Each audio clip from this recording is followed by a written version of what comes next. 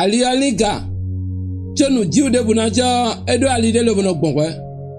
ama mau ko so wende da ibo edo na je dandama odun de bu sirote a amoda mau ko gbogwe nu diwe a kabe kolni ewo edo nde toda inuwe bo zande jenu na achichema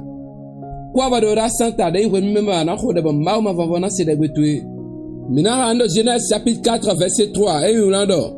e va sugbero bo kayen renoué gletona wa pour le mau mavo ndende no jache ba kwende no asu ba gwenu ko su do gbezanto me do Jésus sin comme masa ponu e ko jele o do fonu da gbe ko lo susunu we me no do nu kun bio e do nu kun pe de fende bo eno aya nu kun mon ko to le kambia gresi debu gwenu e do nu o eno na te pon gwenu de chelo bono aya onu de tiro fineba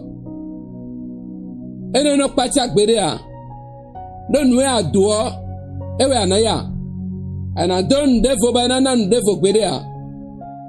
gwenu e meja nu dogbe a me do na teji do nu ado no ba gwenu wa yo aduna aya dandama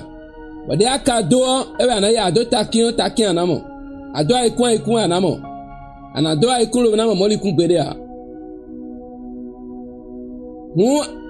eni sande lo ba kule ma fanfo droje ma wodo ni nawewe nu ani bi opwende me obonu yo de fona bere gbesanto me na we droje nu ko yiton mi cha mi de do nu ku mi no do awu do nu ku ya do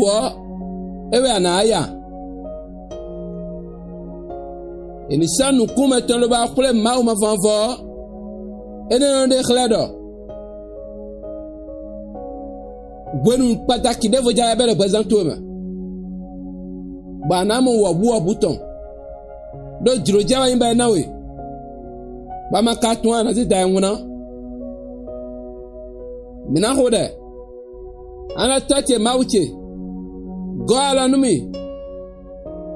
numa cha de su do gwenu e ja zende lobona saflewe don friend de buwe de wu gamo ya no nami no makatu mo na masan we mana sanu kontu ya wa lo ba na don bala bada gbezantema jamia tuwe ni bia gbezantema no ma do unze lo bana do gbesi sama